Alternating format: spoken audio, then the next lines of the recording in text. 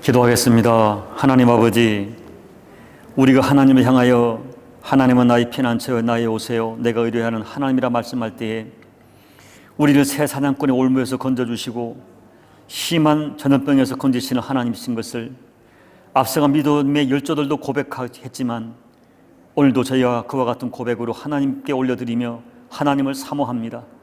하나님, 세상에 요동치는 전염병의 소리가 요동치고 있지만 두려워하지 않겠습니다. 우리를 알게 모르게 함정으로 몰아세우는 악한 영의 올무가 있지만은 두려워하지 않겠습니다.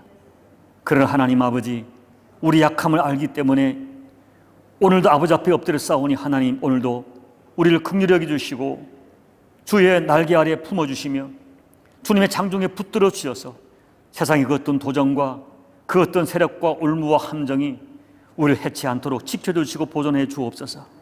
이 하루를 은혜 가운데 살기를 원하오니 오늘도 말씀해 주시고 그 말씀이 내 심령 골수에 들려지고 그 말씀이 나를 장악하는 말씀이 될 수 있도록 주님 말씀을 축복하여 주옵소서. 살아계신 예수님의 이름으로 간절히 기도하옵나이다. 아멘. 오늘 하나님 말씀은 출애굽기 7장 14절로 19절 말씀까지입니다. 제가 봉독해 드릴게요. 여호와께서 모세에게 이르시되 바로의 마음이 완강하여 백성 보내기를 거절하는도다. 아침에 너는 바로에게로 가라.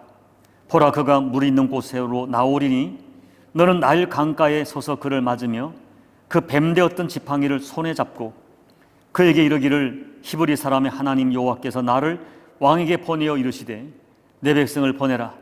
그러면 그들이 광야에서 나를 섬길 것이니라 하였으나 이제까지 내가 듣지 아니하도다. 여호와가 이같이 이르노니 내가 이로 말미암아 나를 여호와인 줄 알리라. 볼지어다 내가 내 손에 지팡이로 나일강을 치면 그것이 피로 변하고 나일강의 고기가 죽고 그 물에서는 악취가 나리니 애굽 사람들이 그 강물 마시기를 싫어하리라 하라.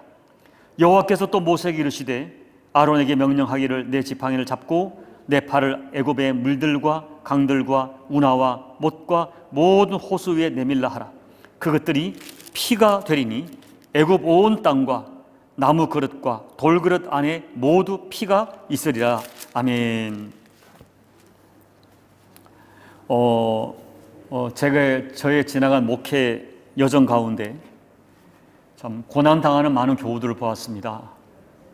그런데 솔직히 어떤 고난들은 이해할 수가 없었습니다. 왜 저분에게, 왜 저런 분이, 저렇게 신실한 분이 저런 고난을 당해야 하나 해석이 되지 않았습니다.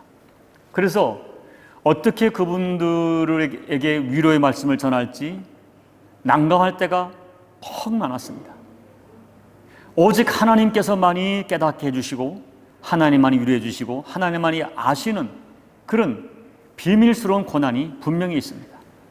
그런데 여러분, 대부분의 고난은 우리가 조금 정직하고 맑은 영으로 해석하면 분명한 이유가 있고 원인이 있는 고난인 경우가 우리가 부인할 수 없습니다. 여러분, 성경에 나타난 많은 하나님의 심판과 이 심판으로서의 재난은 어느 날 갑자기 임하지 않습니다. 본문 말씀처럼 사전에 분명한 경고가 있고 예고가 있습니다. 하나님은 홍수 이전에 노아에게 600년 동안 경고하셨습니다. 노아를 통하여 600년 동안 경고하셨습니다. 소돔과 고모라를 멸하시기 전에 하나님은 아브라함과 롯을 통하여 경고하셨습니다. 니느웨에게는 요나를 보내어 하나님께서 심판을 경고하셨습니다. 그리고 여러분, 말세가 되면 어떤 징조가 있을 것인지, 그리고 그 말세에 어떻게 살아야 하는지를 수없이 예고하시고 경고하셨습니다. 오늘 본문처럼 본문 말씀, 하나님은 바로에게 미리 경고하셨습니다. 그리고 하나님은 그 경고하시고 오랫동안 시간을 주십니다. 기회를 주십니다. 그리고 참고 참으시다가 때가 되면 경고하신 그대로 경고를 집행하시는 것입니다. 저는 오늘 3500년 전에 애굽이라는 거대한 나라가 당했던 그 재앙들을, 10가지 재앙들을 통해서 하나님이 주시는 분명한 메시지를 여러분과 나누고 싶습니다. 지나간 역사 속에 어떤 사람, 또 지나간 역사 속에 어떤 사건, 그것은 후대를 사는 우리들을 교훈하기 위하여 기록된 것이라고 성경은 증언하고 있습니다. 물론 여러분, 오늘 10가지 재앙에는 많은 메시지가 있지만은 저는 오늘 딱 한 가지만 여러분과 집중적으로 나누고 싶은 거예요. 그러면 오늘 본문 7장에서부터 11장에 이르기까지 계속 이어지는 10가지 재앙을 통하여 주시는 영적인 메시지. 저는 무엇보다도 가장 핵심적인 메시지로 이것을 꼽고 싶어요. 그것은 다른 것이 아니라 이 10가지 재앙이라는 것이 인간들이 믿고 의지하던 그것들에게 집중적으로 쏟아졌다는 것입니다. 다시 말씀드리면 인간들이 경배하던 것, 인간들이 자랑하던 것, 인간들이 저것이 인간에게 진정한 가치라고 생각하고 집중적으로 붙잡고자 노력했던 것, 그것들에게 하나님이 재난이 쏟아져서 그것들이 전부 깨트려지고, 그리고 이제는 그들이 의지했던 그것들이 인간에게 고난을 주는 이유가 되고 원인이 되었다는 것입니다. 자, 오늘 첫 번째 재앙이 뭐예요? 나일강이 피가 되게 하는 것입니다. 여러분, 나일강이 피가 되었다는 것은 이제 나일강이 죽었다는 의미죠. 그리고 나일강이 주는 모든 혜택, 식수의 혜택, 어떤 혜택 다 없어졌다, 사라졌다, 그 의미예요. 이 당시 나일강은 애굽 사람들에게는 풍요의 상징이었습니다. 모든 풍요가 나일강 때문이었어요. 나일강은 애굽 사람들에게 식수가 되었고, 그리고 모든 농사의 근본이 되는 물을 제공하는, 넉넉히 제공하는 그런 역할을 나일강이 했어요. 한마디로 나일강은 애굽 사람들에게 풍요와 생명의 상징이었어요. 그런데 문제가 뭡니까? 언제부터인가 애굽 사람들은 나일강을 단순한 강이 아니라 신으로 섬기기 시작한 거예요. 나일강에 신이 있다고 그 신을 정하고, 그리고 나일강의 신이 자기들에게 행복과 번영을 준다고 믿었습니다.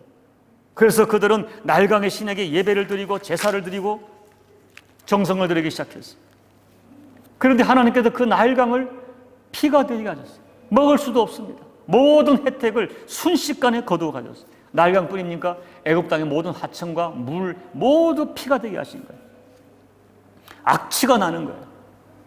이제는 그 나일강의 혜택은커녕 그들에게 고통을 주는, 말로 할 수 없는 고통을 주는 그런 존재가 되고 말았어요. 여러분, 그날 나일강이 시뻘건 피가 되는 모습을 보면서 애굽 사람들은 깨달았을 거예요. 우리에게 가져다 주고 우리를 지켜주고 우리에게 번영을 주는 것이 나일강의 신이 아니었구나 깨닫게 되었을 거예요. 그들이, 여러분, 두 번째 재앙, 개구리 재앙도 마찬가지입니다. 개구리도 애굽 사람들이 섬기던 헷트라고 하는 여신이었어요. 그래서 여신은 형상이 머리는 개구리, 몸은 사람 형상으로 만들어졌다고 해요. 세 번째 이 재앙, 흑의 신인 세비라고 하는 신을 치신 것입니다. 가축은 그들에게 소중한 재산이었는데 가축에게 악질이 난 것은 그들이 섬기는 황소신을 치신 거예요. 메뚜기 재앙, 메뚜기로부터 애굽을 보호한다고 믿었던 세라피라라고 하는 신을 치신 거예요. 그리고 무엇보다 흑암의 재앙, 온 세상이 깜깜해진 것은 그들이 그렇게 섬기던 태양신 라를 치신 거예요. 사랑하는 여러분, 하나님은 애굽 사람들이 그들을 보호하고 그들을 축복하고 그들에게 번영을 준다고 믿고 섬기던 애굽의 신들을 하나하나 깨트리십니다. 그리고 그들이 섬기는 신이 얼마나 무기력하고 얼마나 거짓된 것인가를 똑똑히 보게 하신 거예요. 그리고 그들이 그토록 의지하던 것이 이제는 그들에게 해가 되고 독이 되고 고통이 될 수 있다는 것을 똑똑히 깨닫게 하신 것입니다. 결국 그들은 그들이 의지하던 것 때문에 건강을 잃었습니다. 재산을 잃었습니다. 심지어 종국에는 자녀들까지 전부 잃어버리는 고통을 당하고 말았습니다. 사랑하는 여러분, 우리는 이 성경에서 창세기로부터 시작된 핵심적인 메시지, 그 메시지의 진실을 잃지 말아야 됩니다. 인간의 존재, 가치, 존재, 의미, 존재, 목적, 원래 자리가 뭡니까? 하나님이 인간을 영적인 존재로 만드신 이유가 뭡니까? 영이신 하나님을 섬길 때 인간의 존재 가치, 아니 인간 존재 의미가 주어지도록 인간은 원래 그렇게 창조되어졌어요. 원죄가 무엇입니까? 그 하나님의 창조 목적을 부정하는 거예요. 우리 힘으로 얼마든지 행복할 수 있고 우리가 가진 것으로 얼마든지 존재의 의미를 우리가 가질 수 있다 말하는 것이죠. 그것이 선악과였어요.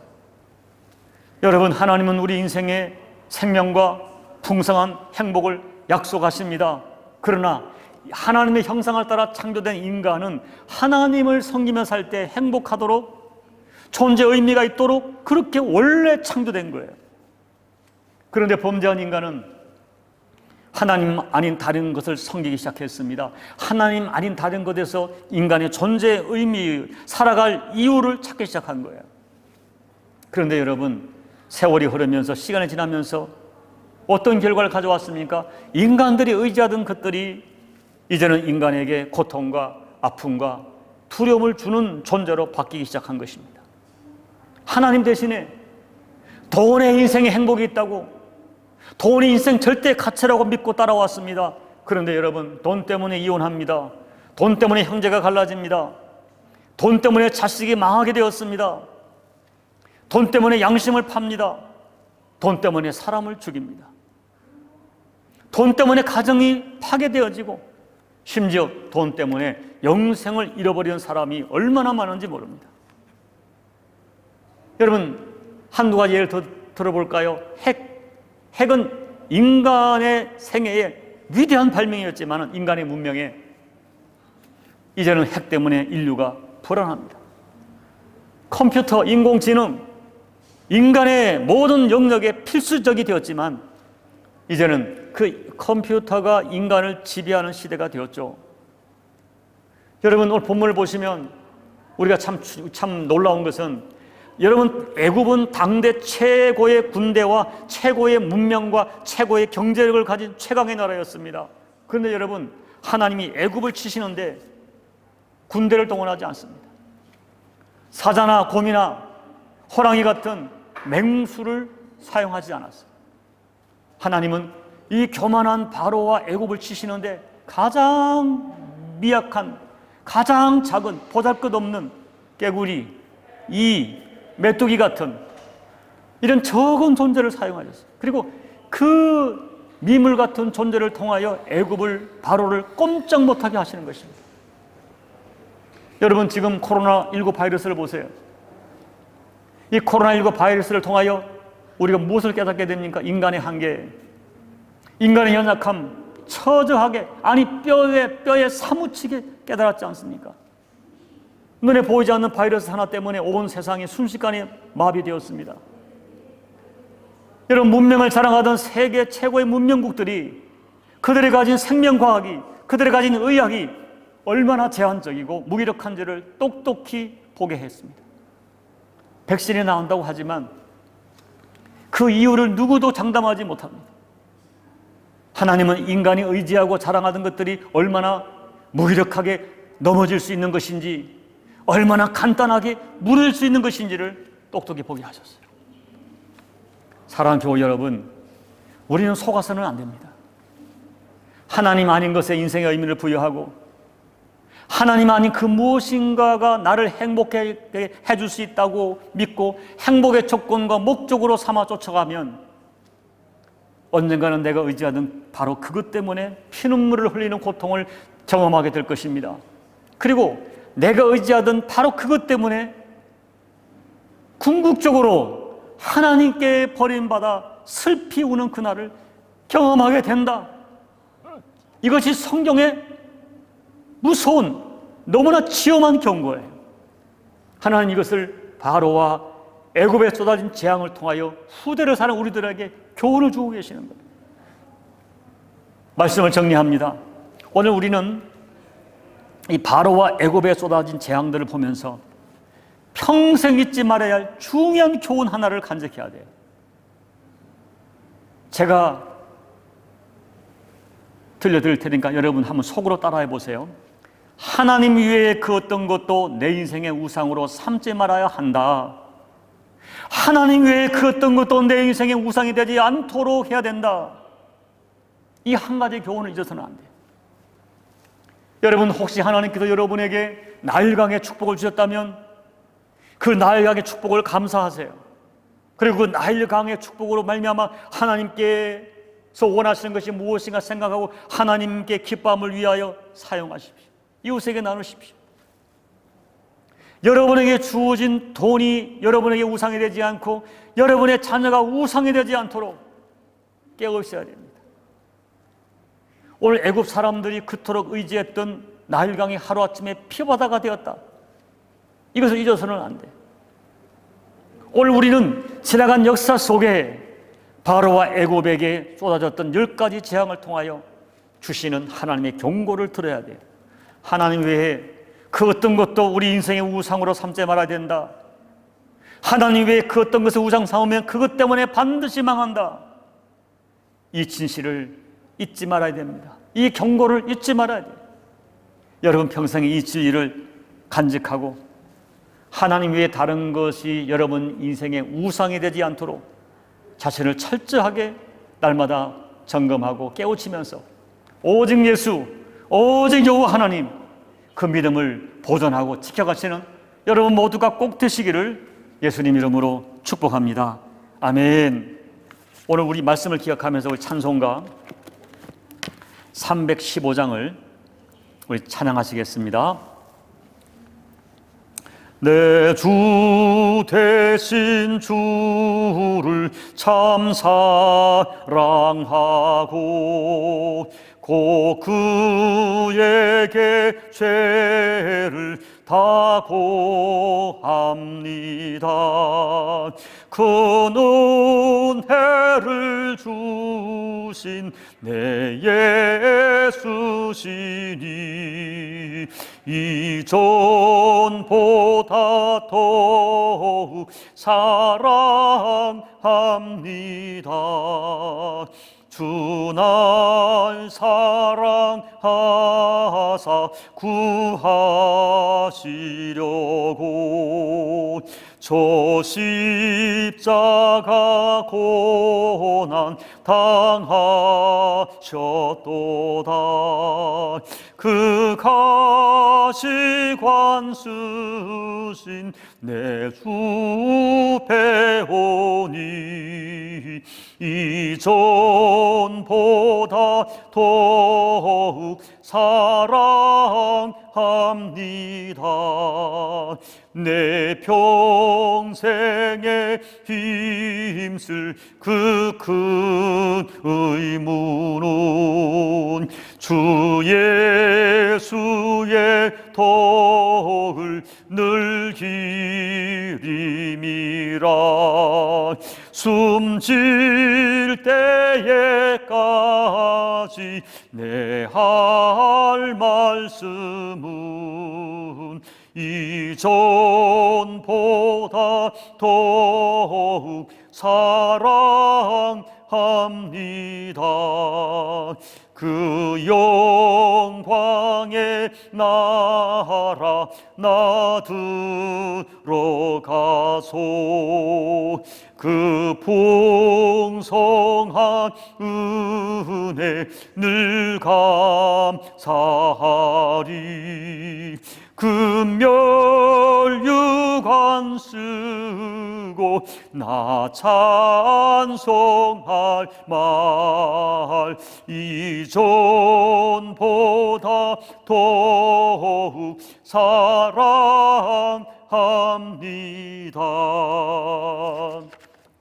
기도하겠습니다. 하나님 아버지, 우리에게 오늘도 믿음을 더해 주십시오. 하나님, 아차하다가 속을까 두렵습니다. 하나님 외에 다른 그 어떤 것에 인생의 행복이 있다고, 아니 내가 살아갈 의미가 있다고, 내 존재 가치가 있다고 아버지 속지 않게 해 주십시오. 아버지, 그 어떤 것도 하나님의 축복의 통로이고 축복의 도구일 뿐 우리가 믿고 의지할 인생의 섬김의 대상이 아님을 깨닫는 저희, 아니 그 믿음을 끝까지 지켜내는 우리 모두가 될 수 있도록 도와주십시오.